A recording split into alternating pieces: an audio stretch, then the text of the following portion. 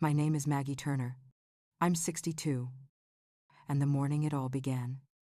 I was standing at the cruise port in Miami with my suitcase at my feet, the sunscreen on my face, ready to sail on the dream vacation my son had promised. I thought it was going to be the trip that finally brought our family closer. But then I got the text. Just one message that shattered everything I thought I knew about love, family, and loyalty.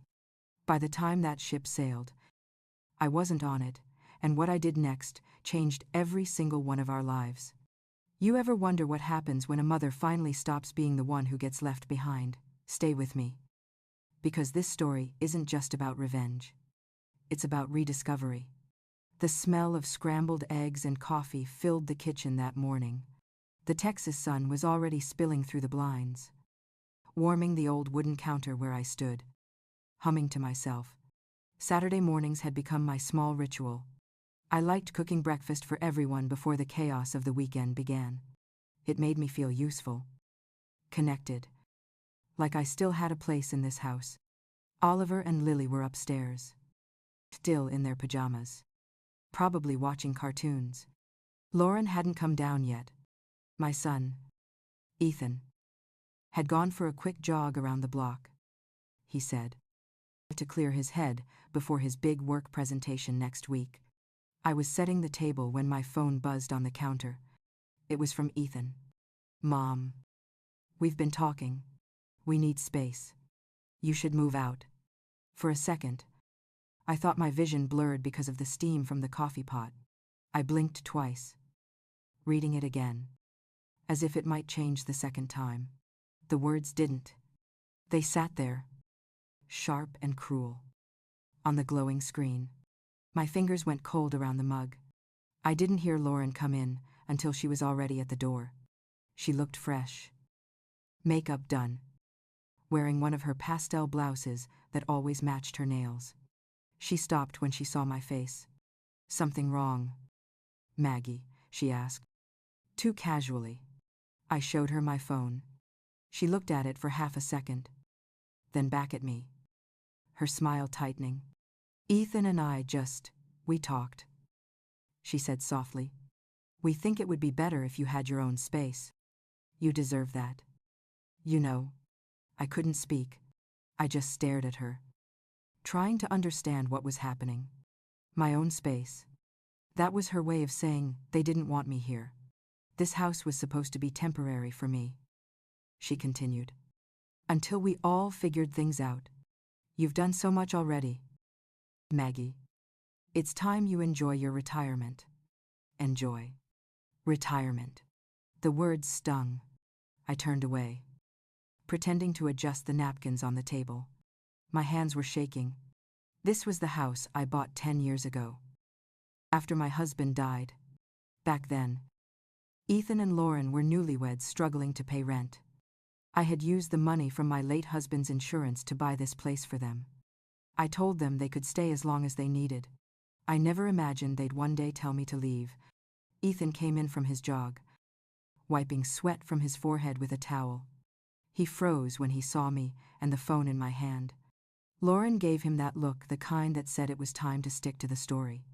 Mom, we talked about this, he started, avoiding my eyes. It's just, things have been tense. The kids need routine. Lauren needs privacy. We all do. I stared at him. Privacy, you mean from me? He sighed, running a hand through his hair. It's not like that. You've done everything for us, Mom, but it's time for us to build our own family. You know, I swallowed hard. The sound of Oliver's laughter drifted from upstairs. My heart clenched. My family was upstairs, under the same roof. And yet, I had never felt so alone. Lauren moved closer, placing a manicured hand on my shoulder. Please don't take this the wrong way, Maggie. We just think you'll be happier somewhere else. Maybe closer to your sister in California. I looked at her hand. It felt like an unwanted gesture, as if she were consoling a stranger. I stepped back. I see, I said quietly.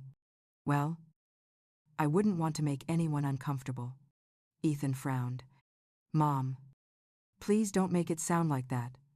How should I make it sound? Ethan, that my son and his wife are kicking me out of the home I bought for them. His eyes widened. That's not fair. No, I said, my voice breaking. What's not fair is pretending this is about space, when it's really about me being inconvenient. Silence fell. Even Lauren didn't have another sweet sentence ready. I turned off the stove, poured the coffee down the sink, and walked upstairs to my small guest room. It wasn't really a room of my own, just a corner they'd given me when I moved in to help with the kids after Lauren's second pregnancy. The suitcase was still under the bed from my last visit to my sister. I pulled it out, opened the drawers, and began folding my clothes. As I packed, I caught sight of the family photo on the nightstand. Me, Ethan, Lauren, and the kids at Christmas last year. I looked happy in that picture. Truly happy. I had cooked all day, wrapped the presents, even bought Lauren that designer bag she'd hinted about. She'd smiled, hugged me, said I was like a second mom. I should have known it was just politeness. I put the photo face down in the drawer. Downstairs, I could hear Ethan telling the kids to put on their shoes. He sounded normal, as if nothing monumental had just happened. When I came down with my suitcase, Oliver spotted me first. Grandma, where are you going? Just taking a little trip? Sweetheart. For how long? I smiled weakly. I don't know yet. He hugged my leg, his little arms warm and innocent. Lauren looked uncomfortable. Ethan avoided my gaze. At the doorway, I stopped and turned one last time. The house smelled of coffee and toast, just like always. But suddenly, it felt foreign, like I was a visitor in my own life. Outside, the air was bright and heavy with summer heat. I stood on the porch for a moment, watching the wind move through the trees. The sound of the screen door clicking shut behind me echoed louder than it should have. As I walked down the driveway, suitcase rolling over the concrete, I realized I had nowhere to go. My world had been reduced to a few clothes, a broken heart, and a question I couldn't shake. How did I raise a son who could so easily forget where he came from? The heat was sharp against my skin as I pulled the suitcase along the sidewalk. The air smelled of dry grass and asphalt. I didn't have a plan, just the instinct to keep walking. The further I went, the lighter I felt, though my chest still ached with something I couldn't name. I stopped near the corner of Maple Drive, where Mrs. Ruth Green was watering her roses. She was 70, maybe 71, with white hair always tied neatly in a bun and a face that seemed to know too many stories. She turned off the hose when she saw me. Maggie, what on earth are you doing out here with that suitcase? Just getting some air? I said. She tilted her head. With your luggage, I tried to smile, but it didn't reach my eyes. Ruth walked closer, concern softening her voice. Let me guess. Trouble at home again. Her words hit harder than I expected. Again. Like she'd known all along that things weren't right. I swallowed the lump in my throat. They just need some space, I managed to say. Ruth sighed, putting her hands on her hips. That's what my son said before he told me to move to Florida. You know what space turned into silence. 3 years of it. I looked at her yard, the flowers blooming bright and perfect. I wondered if she ever planted them just to have something to care for. Come inside for a minute, she said. It's too hot to stand out here acting proud. I followed her into her house. The air smelled of lemon polish and old wood. Her living room was cluttered in a comforting way, full of photos and memories that no one had thrown away. She poured 2 glasses of iced tea and handed me one. You don't have to tell me everything, she said, sitting down beside me. But I know that look. I had it too once. When the people you love the most treat you like furniture they're tired of looking at. Her words cracked something open in me. I hadn't cried when I packed. Not when Ethan avoided my eyes. Not when Lauren smiled her careful smile. But now, sitting there in Ruth's quiet house, the tears came without warning. I thought I was helping them. I whispered. I bought that house so they could have a good life. I never asked for rent. Never asked for anything. Ruth reached over and took my hand. That's what mothers do, she said. We give until there's nothing left. And when we stop giving, they think we've changed. But really, we just ran out. I wiped my cheeks. Embarrassed. I'm sorry. I didn't mean to fall apart. She shook her head. Don't be sorry. Falling apart just means you're human. Besides, you don't have to hold it together for people who already decided they can live without you. I smiled faintly. It felt strange, but good to hear someone say that. After a while, I stood to leave. Ruth followed me to the porch. Do you have somewhere to go tonight? I hesitated. My sister's in California. But I don't want to bother her. Maybe I'll find a motel for a few days. Ruth frowned. Stay safe.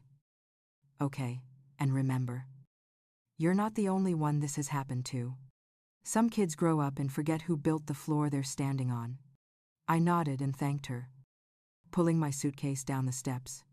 By the time I reached the corner, the sun was sinking behind the rooftops, painting everything gold and tired. I booked a room at a small motel near the highway. One of those places with flickering neon signs and a front office that smelled like bleach. The man behind the counter barely looked up when I handed him my ID. I didn't blame him. I probably looked like a ghost of myself. The room was small, with faded curtains and a noisy air conditioner. I sat on the edge of the bed, staring at the peeling wallpaper. My hands felt empty. I thought of Ethan putting the kids to bed, Lauren reading one of her self-help books in that soft voice she used when she wanted to sound superior.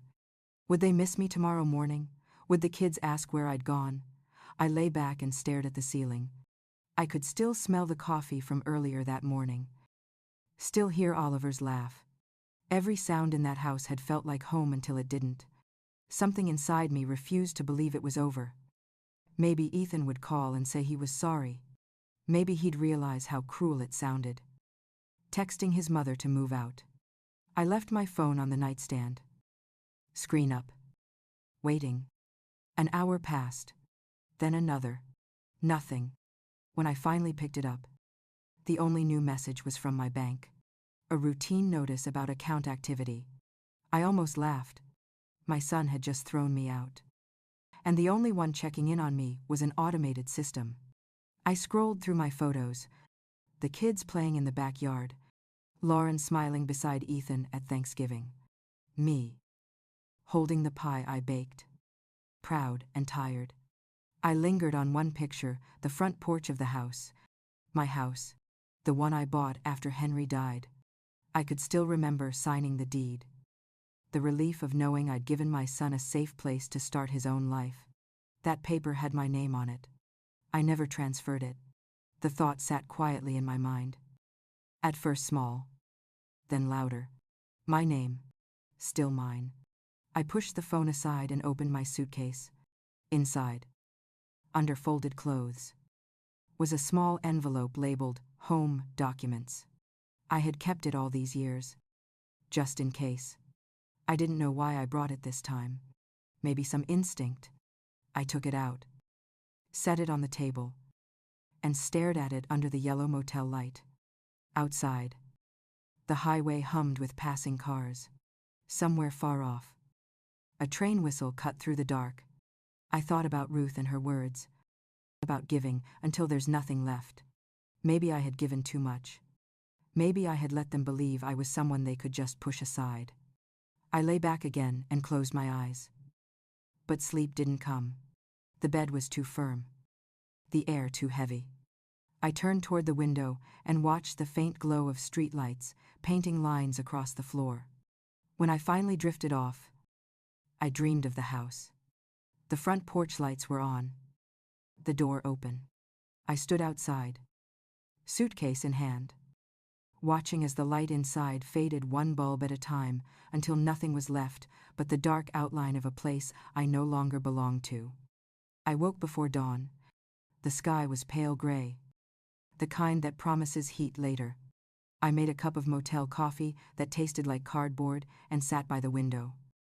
Watching cars rush towards somewhere that wasn't here, my eyes landed on the envelope again. The seal was worn but intact. I reached for it and ran my fingers along the edges. For the first time since Ethan's message, something shifted inside me. Not anger. Not grief. Something quieter. A thought I couldn't quite name yet. But it was there. Pulsing under my skin, like the start of an idea. I didn't know it yet. But that envelope would change everything. The morning light came in pale and steady, spreading across the motel table where the envelope sat waiting. I reached for it, half afraid of what I might find inside. My fingers trembled as I broke the seal. The papers inside smelled faintly of old ink and time. There it was. The title deed. Dated 2015. The same year, Henry passed away. I remembered signing those papers at the bank. My name written neatly across the bottom. The ink smudged where I had wiped a tear away.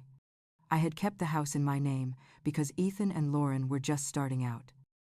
Their credit wasn't great, and I told myself I'd transfer it later when things felt stable. That day never came. The words looked clear now. Owner of record, Margaret Collins. No mention of Ethan. No mention of Lauren. My heart thudded, slow and heavy. I turned to the next page and found something else tucked between the documents. A folded piece of paper, printed from an email. I frowned, unfolding it carefully. It was from Lauren's email address. Sent 2 months ago to a real estate agent I didn't recognize. If she agrees to sign over the deed, we can list immediately. The market is hot right now. I stared at it, my pulse rising. There was a small note beneath the message, written in her handwriting. Ethan thinks she will do it if we're gentle about it. I felt a chill crawl up my spine. They weren't just pushing me out. They were planning to sell the house. My house. The home I bought with the money Henry left behind. The home where I thought my son's family would build a future. I sank back into the chair, pressing a hand to my chest. The anger came slow, like a tide I had been holding back for years. I thought of all the nights I babysat so they could go out. The dinners I cooked. The times I stayed quiet when Lauren criticized my habits. Every kindness suddenly felt like a debt they had never planned to repay. My phone lay on the table. Screen dark. Silent. I picked it up, opened my contacts, and found a number I hadn't dialed in years. Alan Reeves. We went to college together before life sent us in different directions. Last I heard, he'd become a real estate attorney in downtown Austin. I hesitated a moment before calling. Alan answered on the second ring. Maggie Collins. Now, that's a voice I haven't heard in decades. What brings you back from the dead? His familiar tone almost made me laugh. Almost, I said quietly. Alan. I think I need some advice about property law. That got his attention. He asked me to explain, and I told him everything. The text message, the move out, the documents I'd found, and the printed email. He listened without interrupting, only humming softly once or twice. Finally he said, Maggie, from what you're describing, it sounds like you're still the sole owner. Unless you signed something transferring ownership. They can't sell, rent, or even legally evict you. So it's still mine. I said, just to hear it out loud. Legally. Yes. It's yours. But you'll want to double-check at the county clerk's office. Titles can get messy if someone's been filing things without you knowing. That thought hit hard. The idea that Lauren could have tried to move papers behind my back made my stomach twist. Alan's voice softened. Maggie, don't panic. Just bring me whatever you've got. We'll verify it. I looked at the envelope on the table. The bold black letters spelling out my name. I think I already know the truth, I said, but I'll call you tomorrow. After we hung up, I sat in the quiet room for a long time. The hum of the air conditioner filled the space like a heartbeat. I stared at the deed again. The paper felt heavier now, as if it had been waiting for me to remember my own strength. That evening, I walked to the diner next to the motel. The waitress called me Han and poured coffee that tasted like ash. But I drank it anyway. I needed to be around people, to feel something normal. Across the booth, a young couple laughed over pancakes, their heads close together. They reminded me of Ethan and Lauren years ago, before the hardness set in, before everything turned into quiet demands. When I got back to my room, I opened my laptop and searched my name on the Travis County Property Records website. There it was, black and white. Margaret Collins, owner. No liens. No co-owners. Nothing. I took a deep breath and whispered to the empty room. Still mine. For a moment, I imagined what would happen if Lauren tried to list it. The agent would check the records, see my name, and call me directly. I smiled. A small, private smile that felt strange on my face. I thought about calling Ethan, about confronting him, demanding an explanation. But then I saw that message again in my mind. Mom, we need space. You should move out. There was no apology.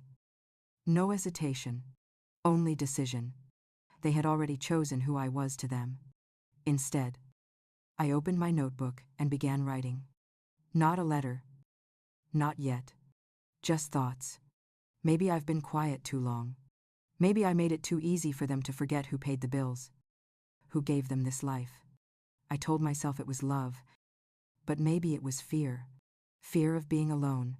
Fear of being unnecessary. The pen slowed. My reflection in the window looked older than I remembered. But there was something different in my eyes. A spark. Faint but steady. Later that night, sleep came in pieces. I dreamed of Henry again. He was standing on the porch of that same house, wearing his old denim jacket, smiling the way he used to when life was simpler. He said nothing, just pointed toward the front door. I walked toward it in the dream, but it wouldn't open. I woke up with my heart pounding. The sheets tangled around me. It was still dark outside. The world was silent, except for the hum of trucks on the highway. I got up, turned on the lamp, and opened the deed once more. My thumb traced my name over and over. I thought of Ethan's face, the way he looked at me earlier that morning. There had been guilt, maybe, but also something else, a kind of calculation. It was Lauren's tone, though, that lingered. Smooth, polite, practiced. She'd probably been planning this for weeks, maybe months. I wasn't naive anymore. I'd seen too much in life to pretend kindness always came from love. Sometimes it came from convenience. When dawn finally broke, I made myself another terrible cup of coffee and watched the first streaks of sunlight reach across the parking lot. Somewhere inside that gray light, a decision began to form. If they wanted space, I'd give them all the space in the world. But this time, it would be on my terms. The decision sat with me all morning, quiet but steady. By the time the sun was high, I already knew what I had to do. I called a cab and went downtown to the Travis County Clerk's office, the kind of beige government building that smelled like paper and recycled air. The woman at the counter looked at me over her glasses when I asked to pull the property records for 1127 Willow Bend Lane. She typed for a while, her long nails clacking on the keyboard, then handed me a printed record. The deed was right there. My name on every line. I was the sole owner. No pending liens. No shared interest. Nothing. She said, "Looks like this one's clean." "Ma'am." I nodded, thanking her. But inside I felt something stir. It wasn't joy exactly. More like power rediscovered. For years, I'd been the background character in my own story. But this paper proved I still held the pen. When I left the building, the Texas heat wrapped around me like a dare. My phone buzzed with a message from Ethan. It was short. Hope you're doing okay. Mom. Kids miss you. Lauren sends her best. I stared at the screen. That careful politeness burning through me. Not a single mention of what they'd done. No apology. No regret. Just a courtesy message. Like I was some distant aunt. I typed out a dozen replies in my head.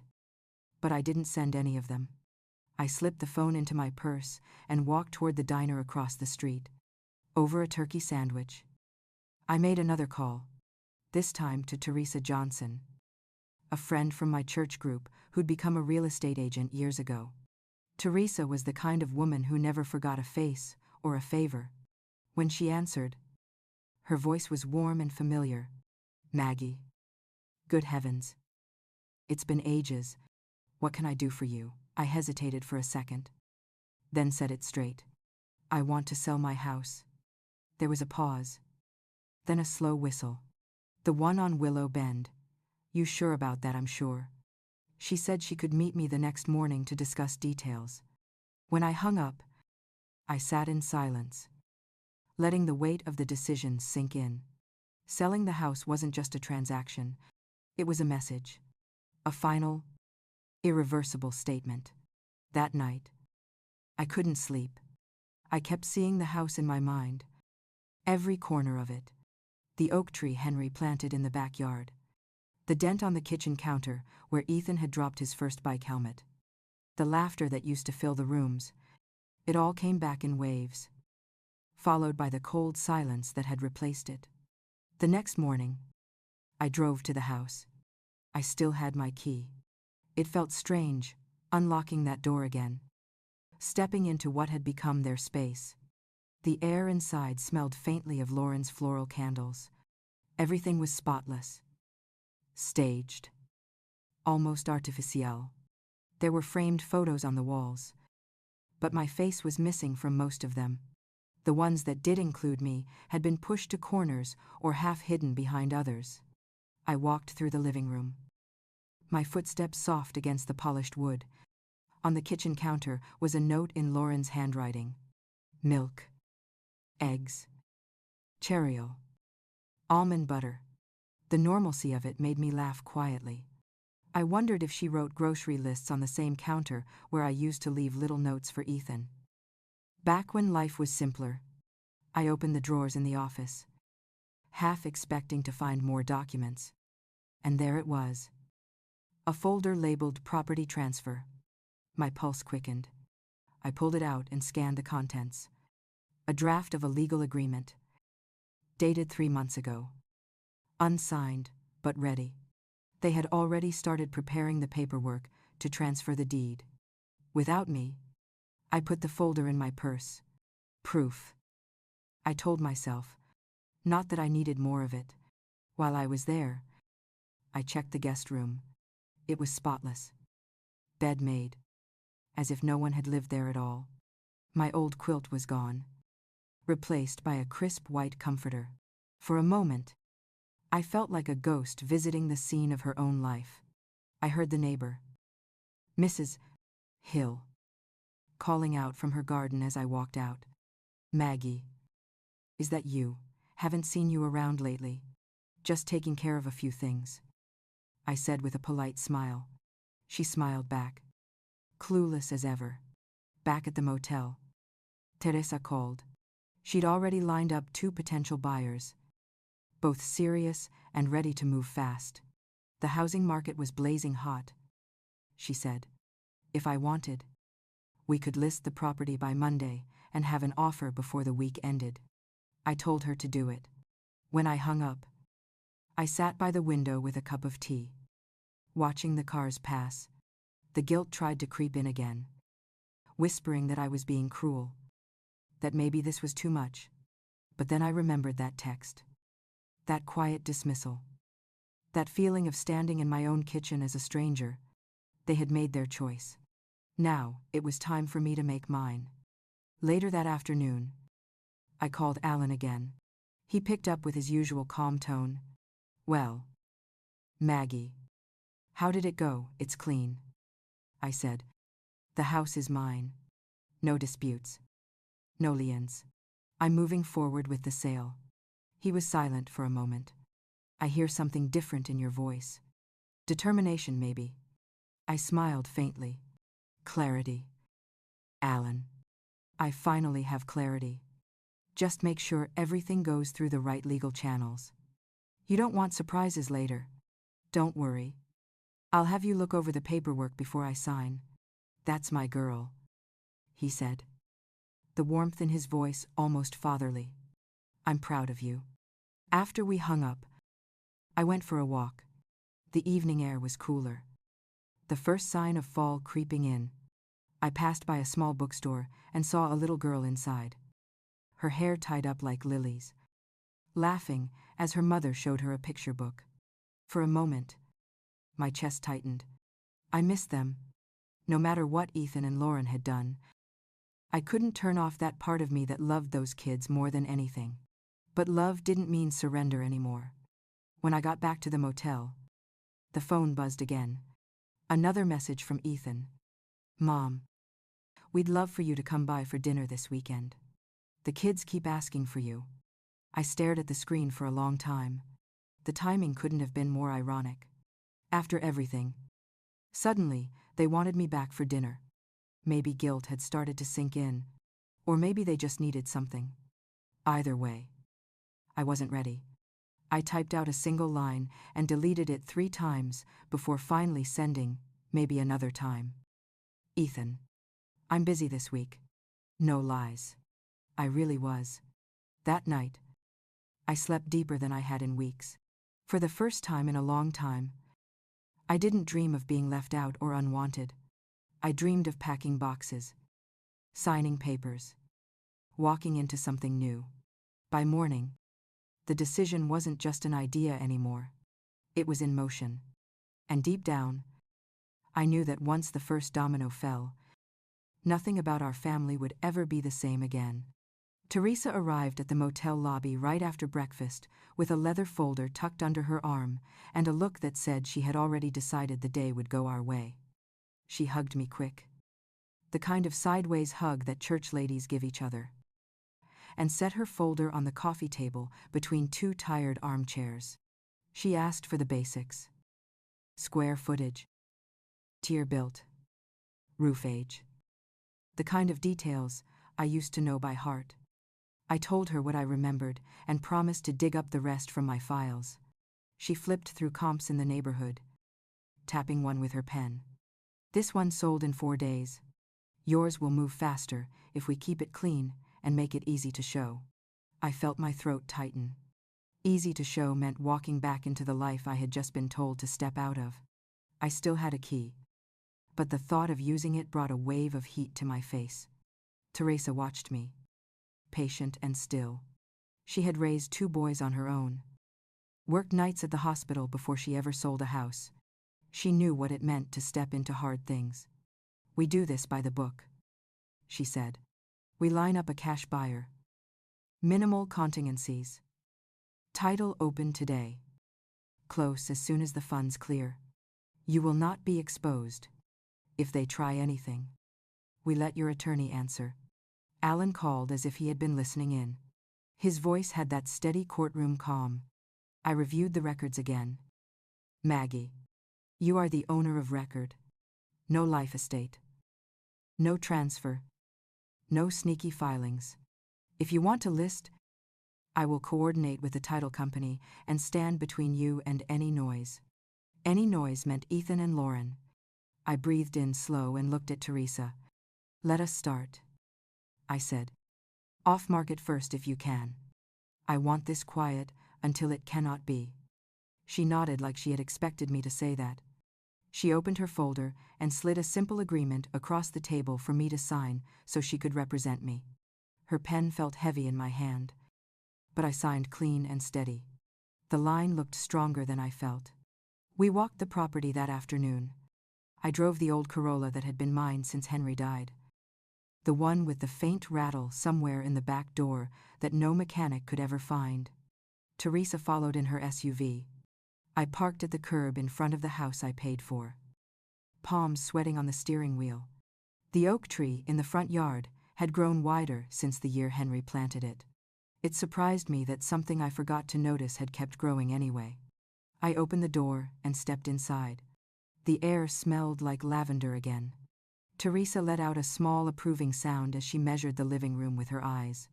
She is good at this, I thought. She sees what people want to feel in a space and how to sell that feeling back to them. We walked down the hall. I could hear only the hum of the refrigerator. The place was quiet, staged by routine. The office drawer still held that property transfer folder I had taken yesterday. The empty space it left felt like an empty tooth. I told Teresa I had documents, including a draft transfer dated 3 months ago. She looked at me, her expression neutral. "Keep those with Alan," she said. We move forward. We do not look sideways. We did a quick walk through to note condition. The roof was 10 years old. The HVAC newer. I had paid for that with my savings 2 summers ago when the unit died during a heat wave. I remembered Lauren complaining about the service window while I sat sweating on the floor with a box fan. That memory settled on my collarbone, and I let it sit there until it was just air again. Back at the kitchen island, Teresa pulled out her tablet and took a few pictures. Her voice softened. "Maggie, do you want to take anything personal right now? A quilt, a box of letters, anything that matters if someone else is in here soon." I looked around. So little of me remained. The photo frames had scrubbed me out neatly. My old quilt was gone. In the pantry, I found a ceramic cookie jar shaped like a bluebird that Oliver and I had picked at a yard sale. I put it in my tote and felt steadier. Teresa said she had a couple in mind who were looking for a home exactly like this. 2 physicians who wanted close access to the hospital. They were pre-approved and prepared to pay in cash. She could bring them by in 2 days. I told her that Ethan and Lauren would be traveling later in the week to a conference in California. That gave us a clean window. Teresa lifted her eyebrows. "Then we will aim for that window." On my way back to the motel, my phone rang. Lauren. I let it go to voicemail and listened a minute later. Her voice was all sugar. "Maggie, we are flying out on Wednesday for a couple of weeks. Would you mind stopping by to clear a few boxes in the garage while we are gone?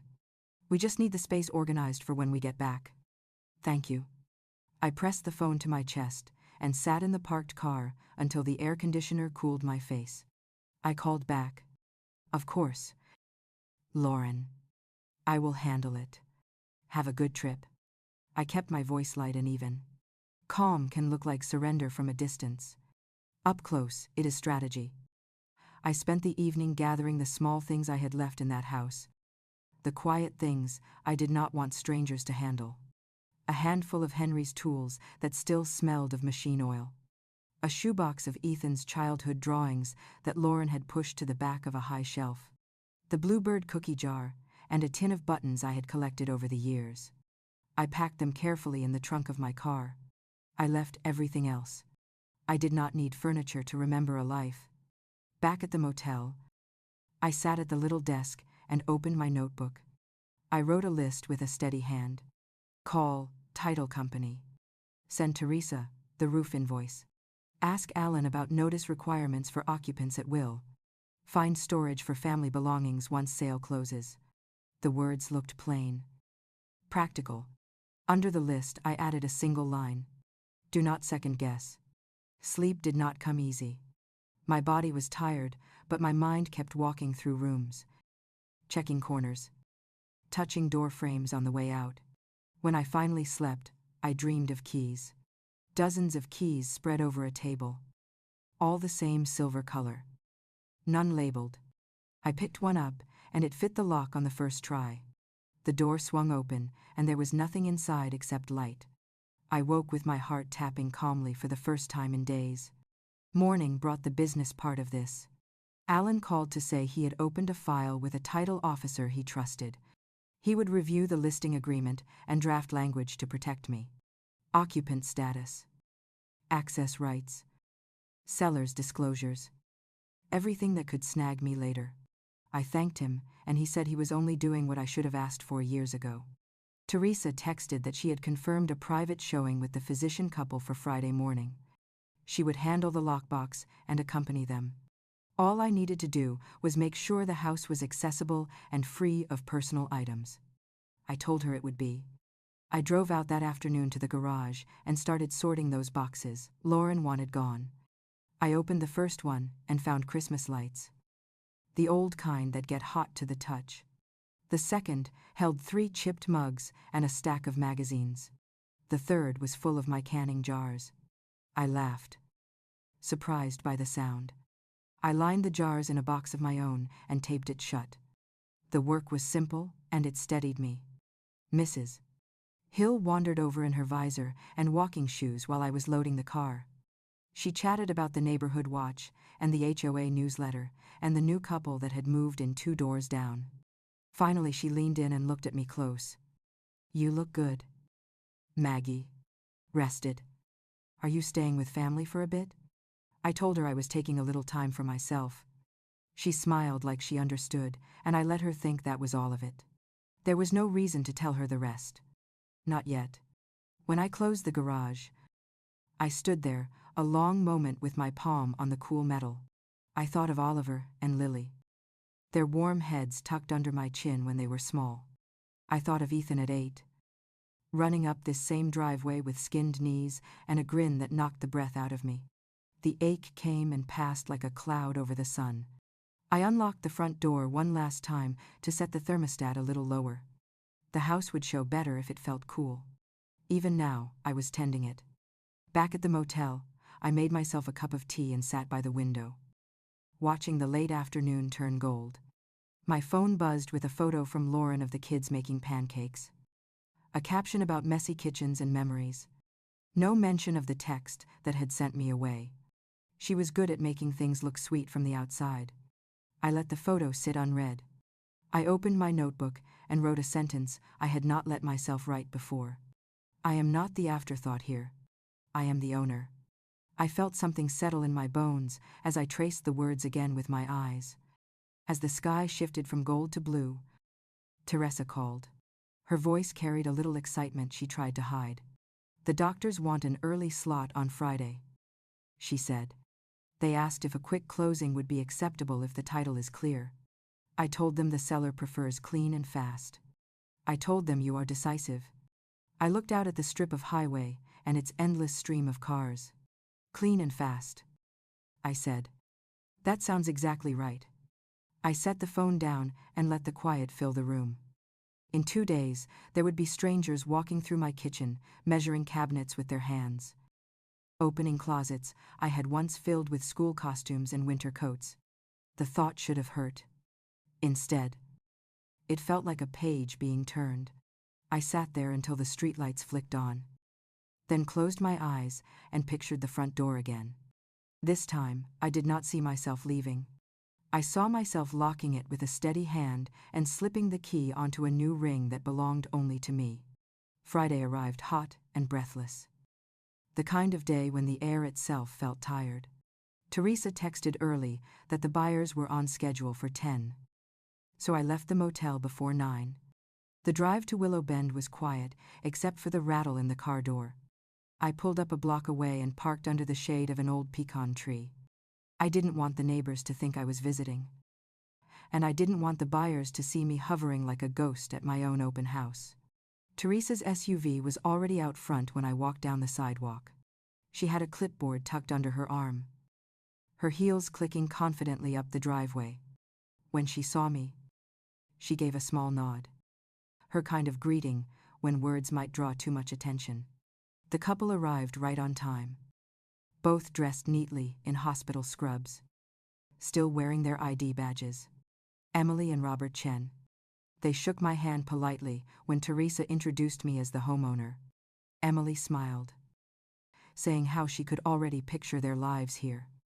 She loved the kitchen windows, she said.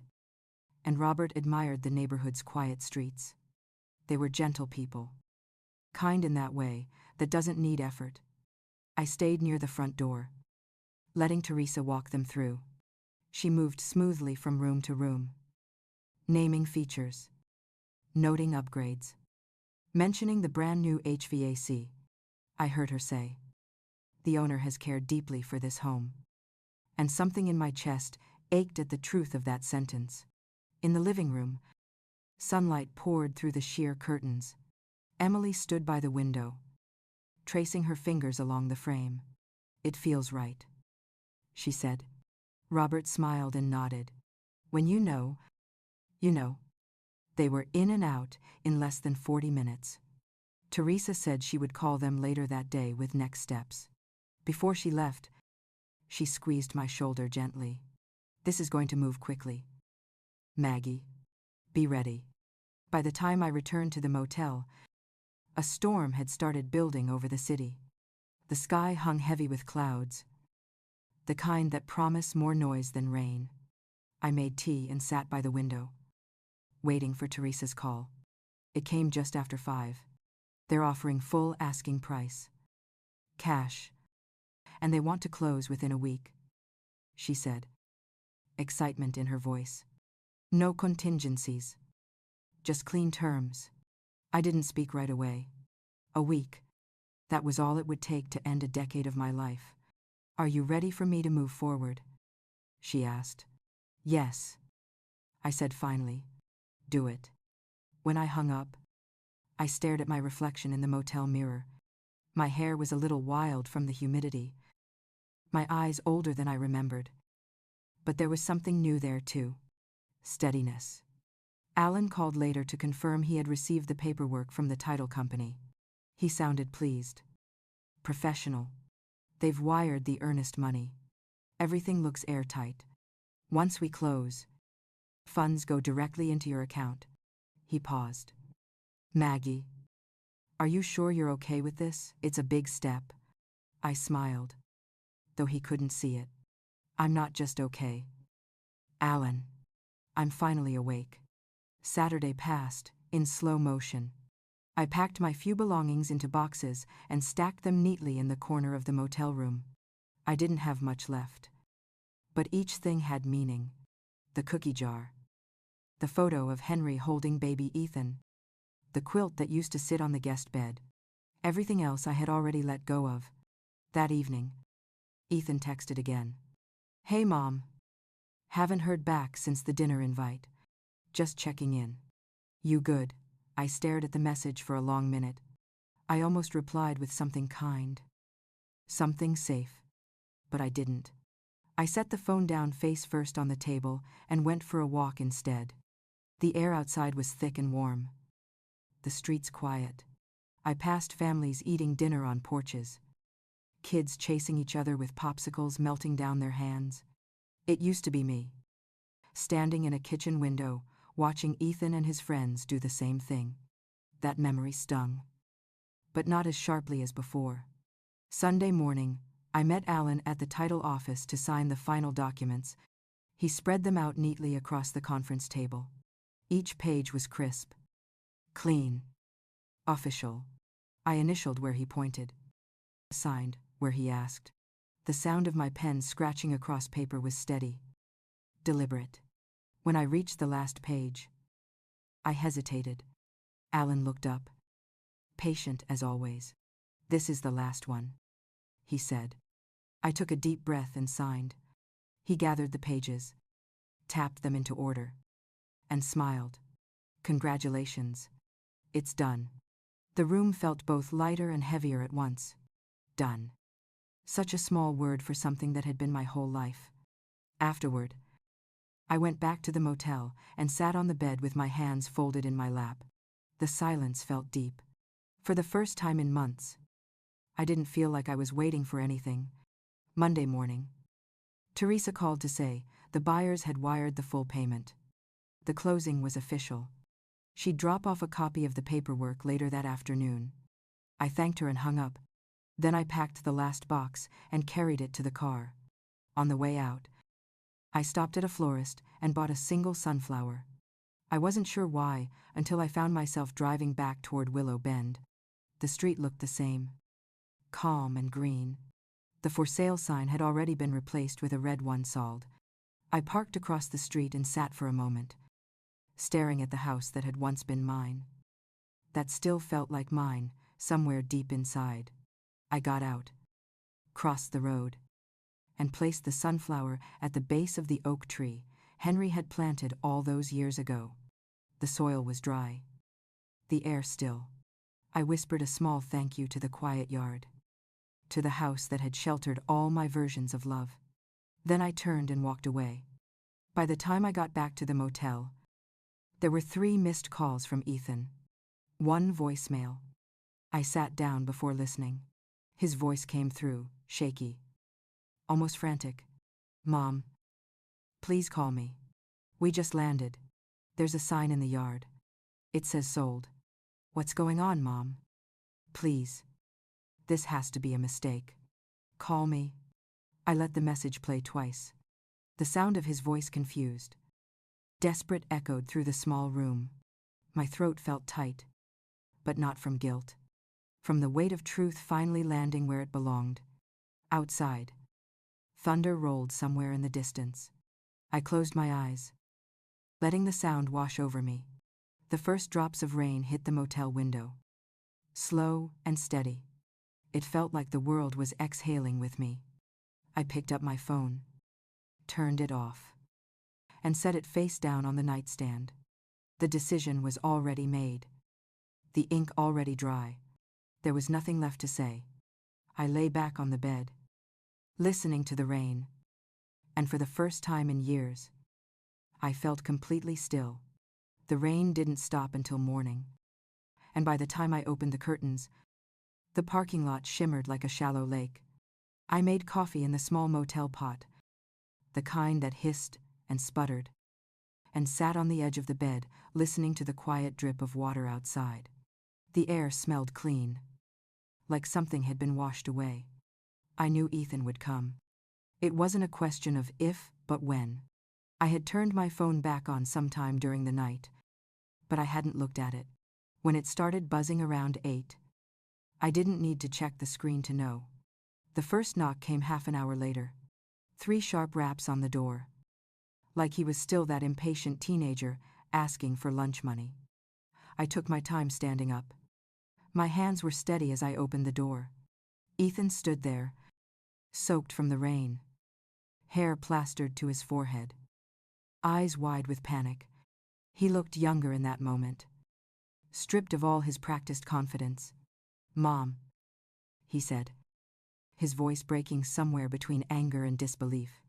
"What did you do?" I stepped aside and let him in. He didn't wait for an invitation. Just walked in and stopped near the table where my coffee still steamed. His hands went to his head. "Lauren's outside in the car," he said. "She's freaking out." I stayed quiet, waiting.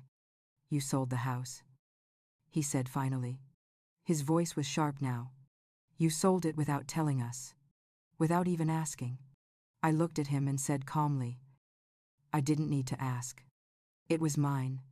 He blinked, like the words hadn't fully landed. "Yours? What are you talking about? You gave us that house." I sat down on the chair and folded my hands. "I never gave it to you, Ethan. I let you live there. There's a difference." He stared at me for a long time, his jaw tightening. "Lauren told me you were planning to sign it over years ago. You thought wrong." The silence that followed was heavy. Outside, I could see Lauren sitting in the car, her face turned toward us, arms crossed tight. Ethan sank into the chair across from me. His voice was smaller now. "The kids love that house. Mom, you can't just sell it out from under us." I took a breath, choosing my words carefully. "I didn't sell it out from under you. I sold it after you told me to move out. After you said you needed space." He opened his mouth, then closed it again. I saw something flicker in his eyes. Guilt, maybe, or recognition. "You didn't have to do this," he said softly. I smiled. Not unkindly. I didn't have to. But I wanted to. Sometimes, it's good to remind people where the foundation really came from. He leaned back, rubbing his temples. What are we supposed to do now? That's up to you and Lauren. You're adults. You'll figure it out. For a long time, he didn't say anything. Then he stood up. His shoulders slumped. Lauren's not going to take this well. She didn't take much of anything well, I said quietly. He looked at me then. Eyes wet. Not with tears, but with something raw. We're family. Mom. I nodded. We still are. But families change. He left without another word. I watched from the window as he got into the car. Lauren said something to him, then turned to look at the motel. Our eyes met for a second. Even from that distance, I could see the fury tightening her face. She slammed her hands against the dashboard, and the car peeled away. Tires, spitting water. The room went still again. I sat back down. My heart beat slow. Deliberate. There wasn't triumph in me. Not really. Just a deep, exhausted calm. Later that afternoon, I called Alan to confirm that everything with the sale had cleared. He said the transfer had been recorded, the funds deposited, and the file officially closed. He paused before hanging up. You did the right thing. Maggie. Did I? Alan. Sometimes standing up for yourself doesn't feel right at first. He said. It just feels new. After the call, I drove to the small storage unit I'd rented on the east side of town. I moved the boxes from my trunk inside, stacking them neatly along the wall. It felt strange, putting the last tangible parts of my old life into a metal room with a padlock. When I left, I drove without thinking until I ended up in front of Ruth Green's house. Her rose bushes were blooming again, small bursts of pink and white against the dark soil. She was sitting on the porch, waving a paper fan slowly back and forth. Well, look who it is, she said when she saw me. You look lighter. Maggie. I smiled. I might be. She motioned for me to sit. Tell me everything. I told her. Not all the details, but enough. The house. The sale. The storm that had followed. She listened quietly, nodding in places. Eyes sharp but kind. When I finished, she said, sometimes peace looks a lot like chaos at first. People get loud when you start changing the story they thought they were writing. I laughed, surprised by how true it felt. She leaned forward, her voice gentle. You did what you had to do. Now you get to decide what comes next. I thought about that on the drive back. What came next? The house was gone. The money wired. The bridge burned clean. For the first time in years, there was nothing tying me to Austin. Back at the motel, I sat with the laptop open, staring at the blinking cursor in a search bar. I typed the first word that came to mind. Flights. The list of destinations felt endless. I didn't know where I'd go yet, but the idea of going anywhere, of waking up somewhere that didn't hold my history, filled me with a quiet thrill. The phone buzzed one last time before I closed it. A text from Ethan. I'm sorry. Mom. I don't know what else to say. I didn't reply. Some apologies don't need answers. They just need to exist. That night, I packed my suitcase. I folded each piece of clothing carefully, the way I used to fold Ethan's shirts when he was a boy. By the time I zipped it closed, I felt lighter than I had in years. When I turned off the light, the room was silent, except for the hum of the air conditioner. Outside, the rain had stopped, and the air smelled of wet asphalt and possibility. I lay there, in the dark, eyes open, tracing invisible patterns on the ceiling. For the first time in a long time, I wasn't thinking about what I had lost. I was thinking about what I might finally find. The next morning came quiet and clear. Sunlight spilled through the thin motel curtains, pale and soft. painting the room in gold. I lay there for a moment, listening to the hum of the air conditioner and the faint sound of cars passing on the highway. The storm had washed the sky clean, and for the first time in a long while, I felt like I could breathe without something sitting heavy on my chest. I got up, made coffee, and opened my laptop. My search from the night before was still on the screen. Flights. The word blinked back at me like a challenge. I scrolled through destinations without really knowing what I was looking for. Dallas, Denver, Phoenix. Then one caught my eye. Honolulu. It sounded too far, too beautiful, too alive. The kind of place where people went to start over. I clicked on it before I could talk myself out of it. The price wasn't cheap, but it didn't make me flinch either. I had more than enough now. For the first time in decades, money wasn't a question. I booked a one-way ticket, leaving the next morning. The confirmation email came seconds later. When I closed the laptop, the room felt smaller. I packed slowly, folding clothes with care, slipping the small things that still mattered into my suitcase.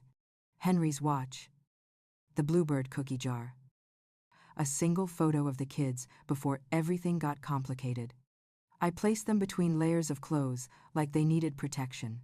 By noon, I checked out of the motel. The clerk didn't even look up from his computer as I handed back the keycard. Outside, the air was thick with the scent of wet pavement and new beginnings. I drove to Ruth's house one last time. She was pruning her roses again, wearing her wide-brimmed hat and humming something I couldn't place. When she saw me pull up, she smiled, but her eyes narrowed slightly, like she already knew. "Going somewhere?" she asked. I nodded. "Hawaii." Her face lit up. "Well, look at you. That sounds like the kind of place where a woman remembers how to breathe." I laughed. "That's the plan." She put down her shears and wiped her hands on her apron. "I've got something for you. Wait here." She disappeared inside and came back with a small envelope. Inside was a postcard. The picture of a sunset over an ocean. The colors, deep orange and pink. On the back, she'd written, "Don't forget, you deserve peace. Not just survival." I hugged her tight. The kind of hug that says thank you without words. She held me a moment longer than expected, then let go. "You'll do fine," she said. "Just don't look back too much." I promised I wouldn't, though both of us knew that wasn't entirely true. At the airport, everything moved in slow rhythm. The rolling suitcases, the murmured announcements, the smell of coffee and jet fuel. I watched families move through security lines, kids tugging at parents' sleeves. For a moment, I felt the familiar ache of missing mine, but it passed quickly this time. On the plane, I had a window seat. The woman next to me was reading a romance novel, her glasses perched on her nose. She looked over once and smiled politely. I smiled back, grateful for the silence between strangers. When the plane lifted off, I looked down through the small oval window. Austin stretched out beneath me. All the small pieces of a life I had lived for too long. The highways like veins, the rooftops glinting in the sun.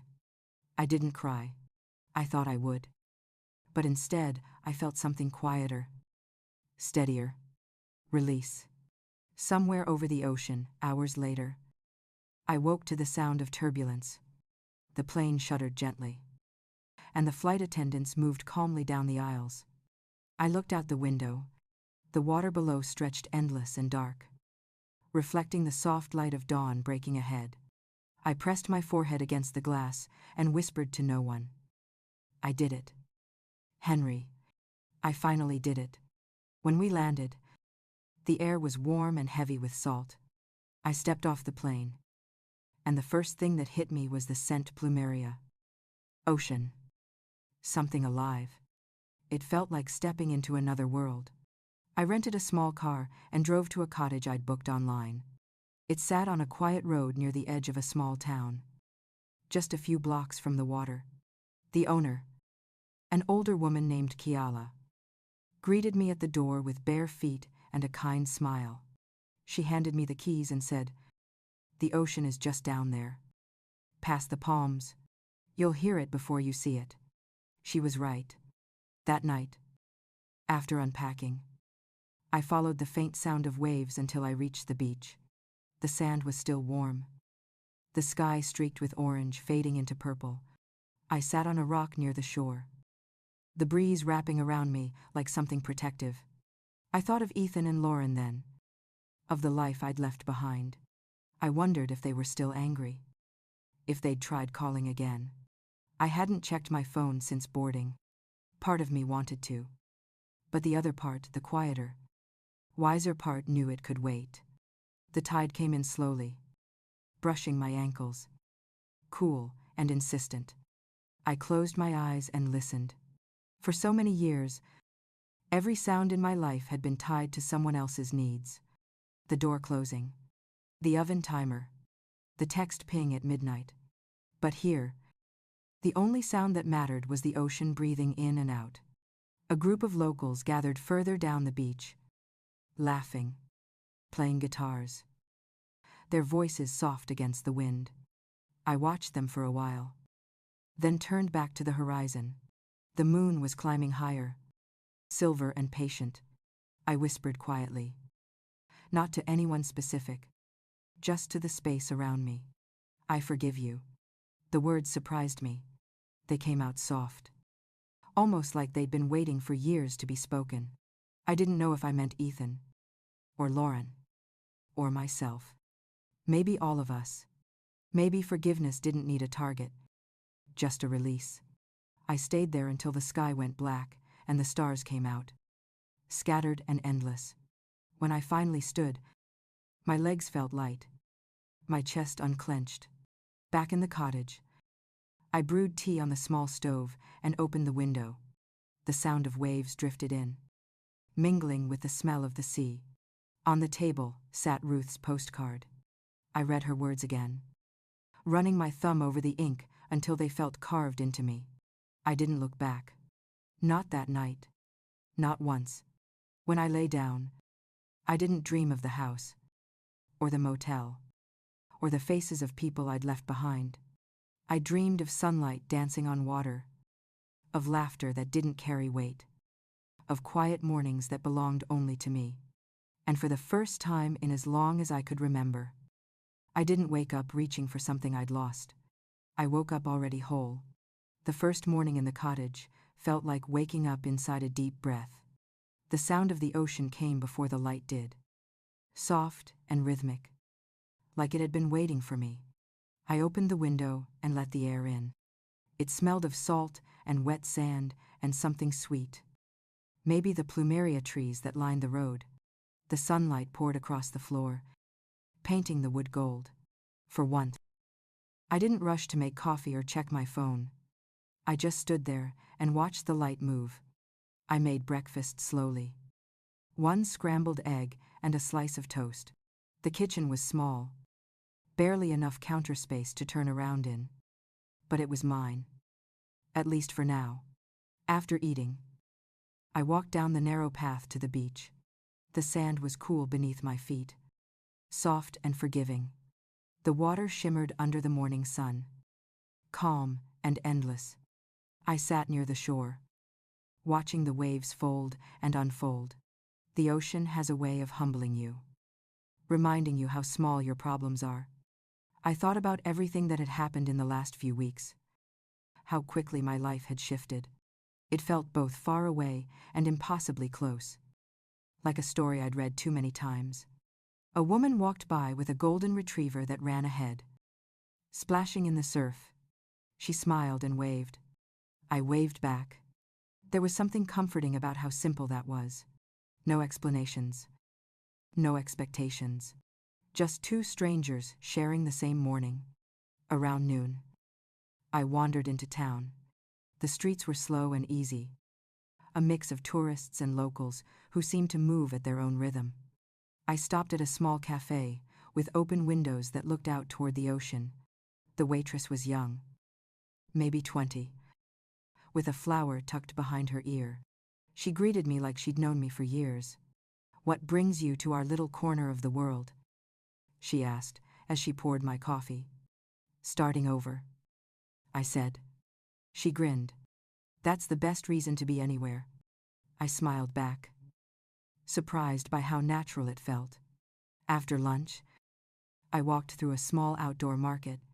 Booths were filled with hand-woven baskets, shells, and fresh fruit that glowed like jewels in the sunlight.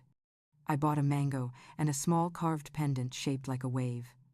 The woman who sold it told me it was for balance, for finding your rhythm again after the sea knocks you down.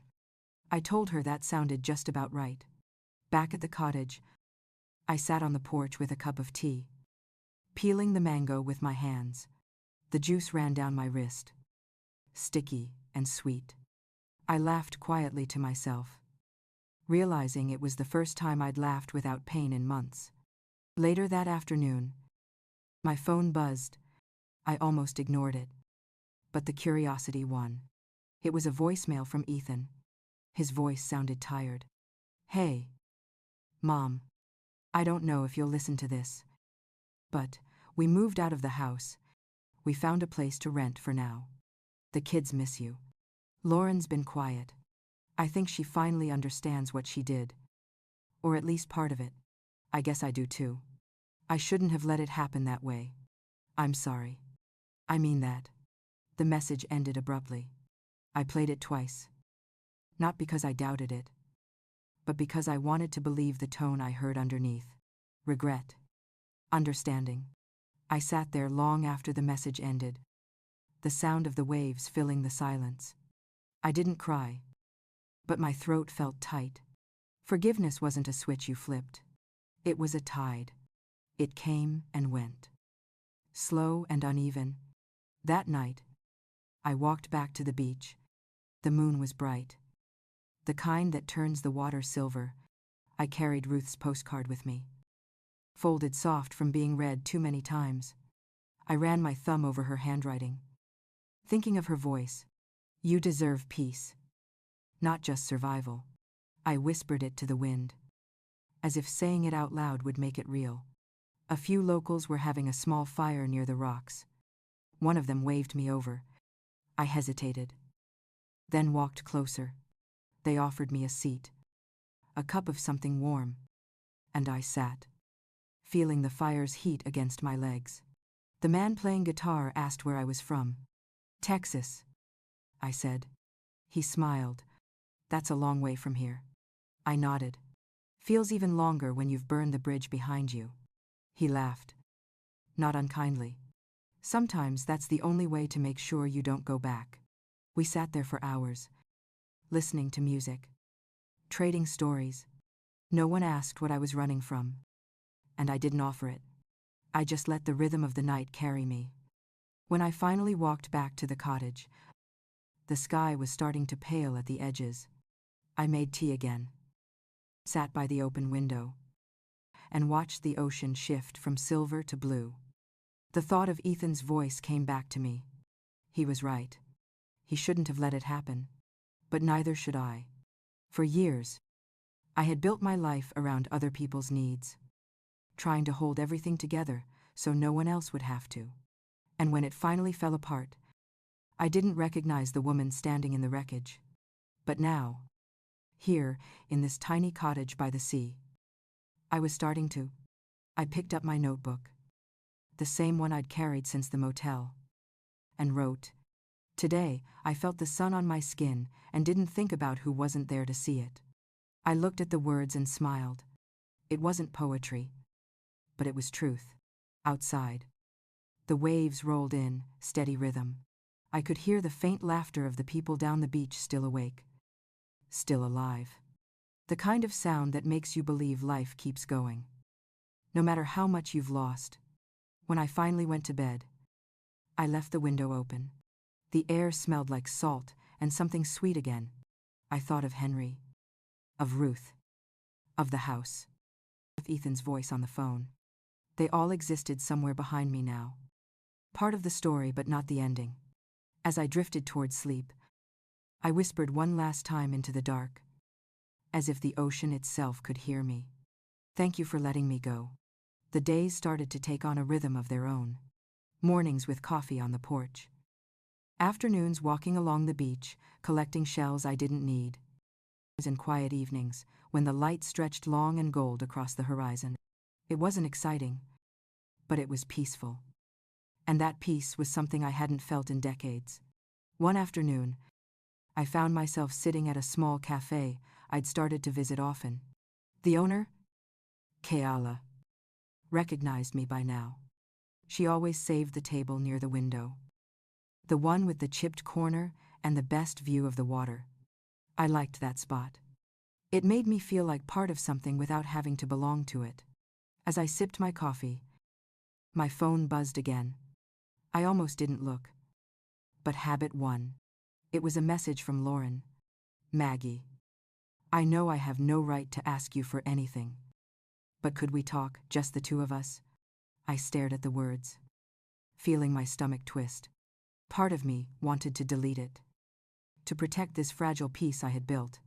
But another part, quieter and older, whispered that maybe this was the next step. I typed a short reply. I'm in Hawaii. We can talk on the phone. Her answer came quickly. Thank you. Tonight, that evening, I sat on the porch with the sound of the ocean behind me and my phone glowing in my hand. When I answered, there was a pause on the other end before her voice came through. Shaky but steady. Maggie. I wanted to say I'm sorry. I know words don't fix everything. But I needed to say it out loud. I didn't speak right away. I let her fill the silence. We treated you terribly. I treated you terribly. I don't even know why. Maybe it was insecurity, or pride, or both. I thought setting boundaries meant pushing you out. But it was cruelty, not protection. Her honesty caught me off guard. I had imagined this conversation so many times, usually ending with shouting or tears. But this was different. Her voice carried something I hadn't heard before. Humility. I said quietly. I don't hate you, Lauren. She let out a breath I could hear even over the ocean. Thank you for saying that. There was a long pause. Then she said, Ethan told me about your trip. The kids keep asking when they can see you again. They miss their grandma. I smiled faintly, watching the waves roll in under the moonlight. I miss them too. Then come back when you're ready, she said softly. No pressure. No expectations. Just when you're ready. I didn't answer right away. The sound of the waves filled the space between us. Maybe, I said finally. Not yet. But maybe. When the call ended, I sat there for a while, the phone still in my hand. Forgiveness wasn't about undoing what had been done. It was about loosening the grip the past had on you. And for the first time, I felt that grip begin to ease. The next morning, I woke before dawn and walked to the water. The sand was cool beneath my feet, and the horizon glowed with the first hints of pink. I waded in up to my knees, the water curling around my legs, soft and insistent. It felt like a baptism, not of faith, but of self. Later that week, Keala invited me to a local art class held in a small studio above her cafe. You look like someone who has stories to paint, she said with a wink. I laughed but said yes. The studio smelled of salt and acrylic paint. The teacher, a man named Paulo with gray-streaked hair and kind eyes, started by saying, paint what you feel, not what you see. At first, my hand trembled as I held the brush. But once the paint touched the canvas, something inside me loosened. I painted waves, not calm ones, but wild and restless, crashing against rocks. When I finished, Paulo looked at it and said, that's not anger, that's release. He was right. A few days later, as I walked along the beach with my sandals in hand, I spotted a familiar face near the pier. For a second, I thought my eyes were playing tricks on me. But as he turned, I saw him clearly. Ethan. He looked thinner, tanner, like the world had worn him a little. He was holding a camera, snapping photos of the sunset. When he saw me, he froze. Then he smiled. Small and uncertain. Mom. I didn't know what to say. So I laughed quietly. What are you doing here? He shrugged. I told you I'd visit someday. We walked side by side down the beach. Not talking much at first. The waves filled the silence, the way music fills a long pause. After a while, he said, I wanted to see you. In person. To tell you I get it now. Get what? What it feels like to lose yourself, trying to make everyone else happy. I stopped walking. He looked older in that moment. Not in years, but in understanding. Lauren and I are in counseling. He said. It's helping. We're learning how to be partners again. And how to be parents without using guilt as glue. I nodded. That's good. Ethan. He smiled. The kids made you something. He pulled a folded piece of paper from his pocket. It was a crayon drawing of a house with a big sun above it and stick figures holding hands. In shaky letters. It said, We love you, Grandma Maggie. My eyes burned as I traced the crooked lines. Tell them I love them too. He nodded. I already did. We sat on a rock, watching the sun disappear behind the horizon. For a long time, neither of us spoke. It was enough just to be there. Before he left, he said quietly, I'm proud of you.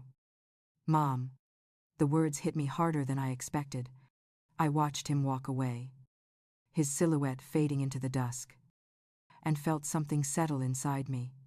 Not closure exactly, but balance. That night, back in the cottage, I looked at the painting of waves I'd made and realized it was missing something. I picked up the brush and added a small patch of light breaking through the clouds. It wasn't perfect, but it was honest. And for the first time in my life, that felt like enough. The next morning, the tide was higher, the waves rougher. But I didn't mind. I stood barefoot in the water, the wind tangling my hair, and smiled. I had spent so many years waiting for permission to live my life. Now I finally understood. I didn't need permission. I just needed to choose it. The morning light came soft and gold through the curtains, brushing across the small table where my half-finished painting still sat. The patch of light I'd added the night before had dried into a faint shimmer. I ran my fingers over it, feeling the roughness of the paint beneath my skin. Outside, the ocean was louder than usual, its rhythm fierce and alive, as if it too was shaking off something heavy. Kayala stopped by, around 9, carrying a basket of papayas and fresh bread. She didn't knock, just called through the open door like an old friend. I brought breakfast, she said, smiling as she set the basket on the table. I laughed. You're going to spoil me. She grinned. Maybe you need a little spoiling. You've got that glow. You know, the kind people get when they stop fighting with themselves. I smiled, unsure how to respond, and poured us both coffee.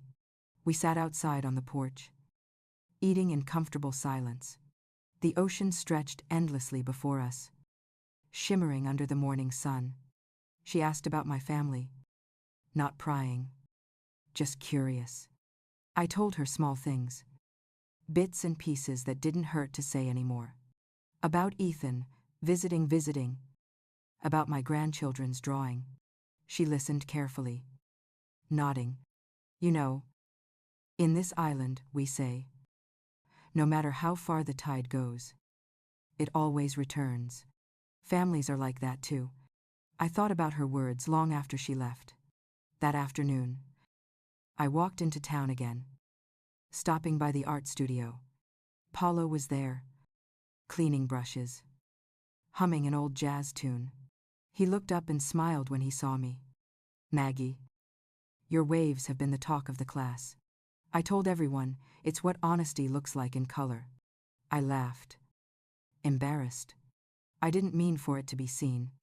That's exactly why people see themselves in it, he said. He invited me to join a small local art showcase at the end of the month. Nothing fancy. Just a community event in the town square. I hesitated but agreed. It felt right to do something that scared me a little. Over the next few days, I painted more. Not houses or portraits, but emotions. Fear. Hope. Freedom. I didn't think about who might see them. For once, I wasn't creating for approval. I was creating for air. One evening, while cleaning up, my phone rang. It was Ethan again. His voice was softer this time. Calmer. The kids want to talk to you, he said. I heard their little voices before he could even pass the phone. Grandma. Guess what? Mason shouted. I learned to ride my bike without training wheels. And Chloe added, I made a painting just like yours. With big waves. My heart swelled. That's wonderful, I said. I'm so proud of you both. Ethan came back on the line. Mom. We've been talking. Lauren and I. We want you to come visit. Not to stay. Just for a while. Maybe see the kids. Spend some time with us. I didn't answer right away. The ocean outside roared, filling the silence between us. I'll think about it, I said finally. That night, I sat by the water long after sunset. The sky was black velvet. The stars scattered like salt. I thought about what it would mean to go back. Not to the house I'd sold, but to them. To face the place where everything had broken, not with anger, but with peace. A breeze swept across the beach, cool and familiar. I closed my eyes and let it wash over me. For years, I'd equated forgiveness with surrender. Now, it felt more like reclaiming something I'd lost along the way. The next morning, I woke early and went to the market to buy paint. Bright colors this time. Coral. Turquoise. Sunrise, yellow. When I got home, I started a new canvas. It wasn't a wave or a storm. It was a sunrise. The beginning of something instead of the end. By the time the art showcase arrived, the town square was filled with people. Musicians played soft island tunes. Children ran between the booths. And the air smelled of roasted corn and sea salt.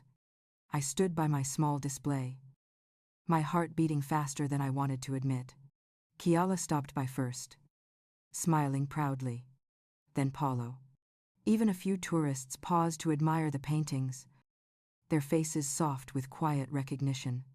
A woman with silver hair stopped in front of the sunrise piece and said, "It looks like hope." I smiled.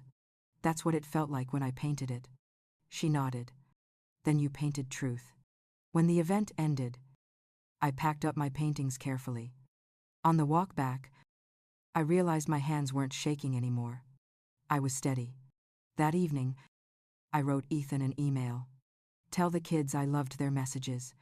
I'm proud of them. And of you too. I'll come visit soon.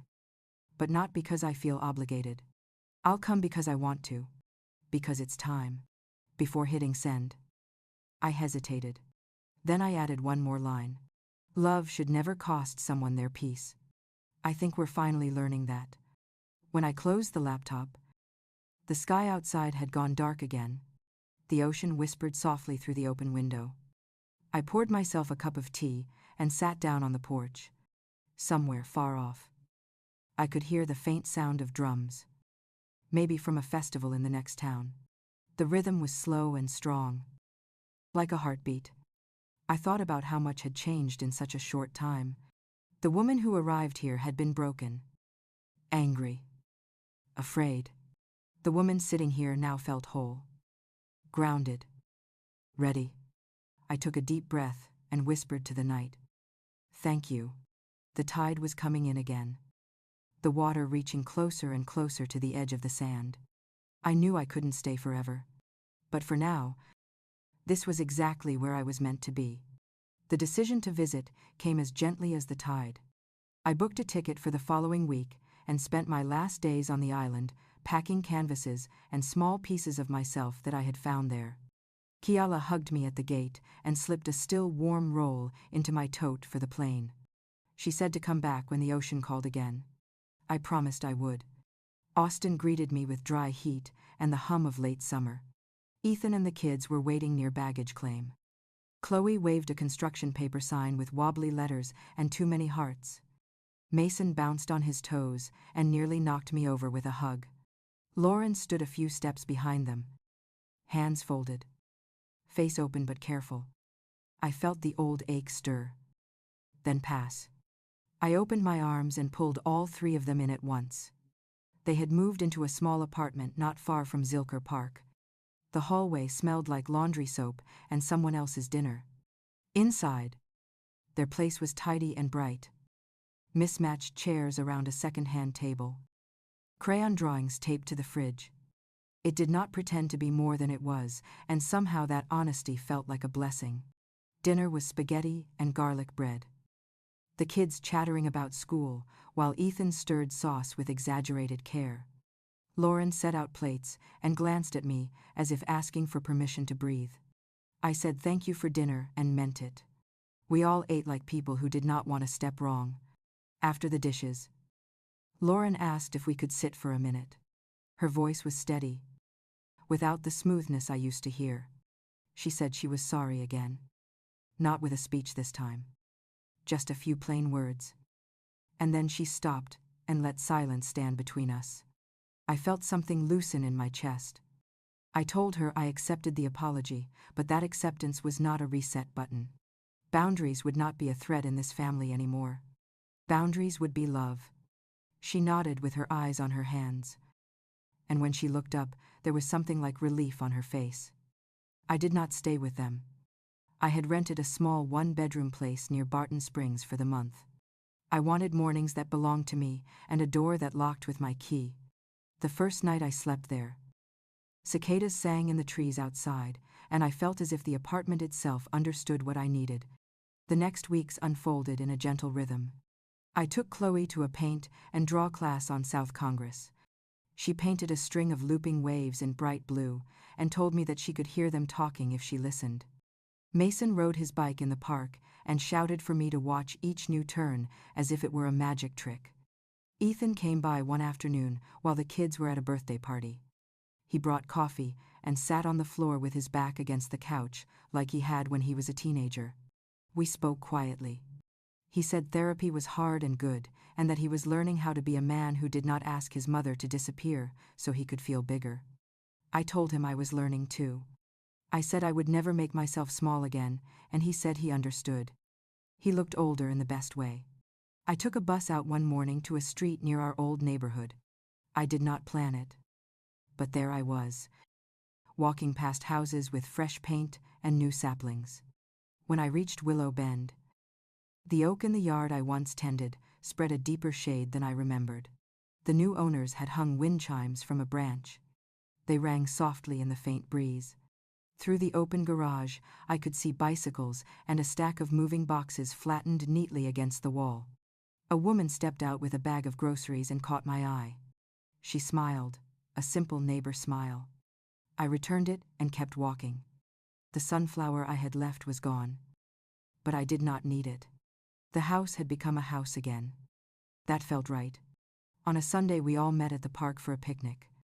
Lauren made chicken salad and cut grapes in halves for the kids. Ethan burned the corn on the little portable grill and insisted it was fine. We spread a blanket under a pecan tree and watched Mason climb and Chloe light up when a dog licked her hand. Lauren handed me a small wrapped package. Nervous, as if it might break in the giving. Inside was a soft bound notebook and a set of brushes. She said she hoped I would keep painting and that the kids wanted to learn with me. I thanked her and let the kindness land without shrinking from it. When the sun slipped low, I took a photo of the four of us. No one posed. We just were.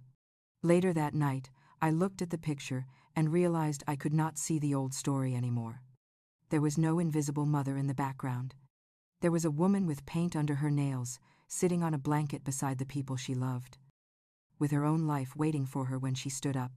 My month passed quickly. I taught Chloe how to clean brushes without scrubbing away the bristles. I ran beside Mason until he no longer needed my hand at his back.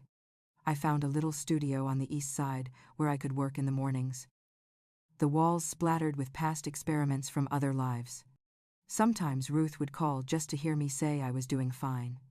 I told her about the new apartment and the wind chimes on Willow Bend and the way forgiveness sounded like cicadas at dusk. She laughed and said to write it down because that was a line I should not waste. A few days before I was scheduled to leave, Ethan asked if we could talk alone. We walked around the lake in the late afternoon heat, sweating through our shirts. Not minding. He thanked me for coming. Not because it fixed anything, but because it showed him what healing looked like. He said he knew I would not move back, and that he would not ask. He said he wanted to earn the kind of closeness that was not built on guilt or money. I told him the door between us was open now, and that the hinges would stay oiled if we both did the work. We hugged by the water, and for the first time in a long time, I felt us both standing on our own feet. On my last night, I sat at my small kitchen table and made plans. I would return to the island for 2 months, then maybe take a painting workshop in Santa Fe in the fall. I would come back to Austin for the holidays and rent the same apartment if it was available. I would keep my passport and my heart open. I would say yes to time with my grandchildren and yes to mornings that began with quiet. I would let love be big enough to hold space without swallowing me. At the airport the next morning, Chloe pressed a folded drawing into my hand. It was a picture of waves under a bright yellow sky, with a tiny figure standing at the shore. On the back, in careful letters, she had written that the ocean says to come back when I am ready. Mason tugged my sleeve and asked if I would send him a picture of a palm tree and a fish. Ethan kissed my cheek and said he would call on Sunday. Lauren squeezed my hand and said, "Take good care of yourself." I promised I would. The plane lifted, and Austin fell away. I watched the city shrink and felt only gratitude. I thought of the woman who had sat crying in a motel room, clutching an envelope with an old deed. I wanted to tell her that she would be fine, that she would be better than fine, that letting go is not the same as losing, and that sometimes choosing yourself teaches everyone how to love you differently. Hours later, when the ocean rose up to meet the window again, I opened Chloe's drawing and propped it on the tray table. The tiny figure stood steady at the edge of blue. I could almost hear the water breathing. I closed my eyes and thanked Henry for the courage that had carried me this far, for the oak that had shaded so many versions of our lives, for the sunflower that bloomed long enough to mark the change. Back on the island, Kiala waved from the cafe as I passed and asked if the mainland had treated me well. I told her yes, and that I had work to do. I hung a fresh canvas, dipped a brush, and laid a thin band of light across a deep field of blue. The room smelled like gesso and salt. The window was open. The tide was coming in. If you have ever been asked to make yourself smaller, I hope you hear the same call I did. Tell me in the comments what part of this story reached you and what you chose to do with your peace. If you want more stories like this, stay with me for the next chapter of women finding their way back to themselves. And subscribe so you do not miss what comes next.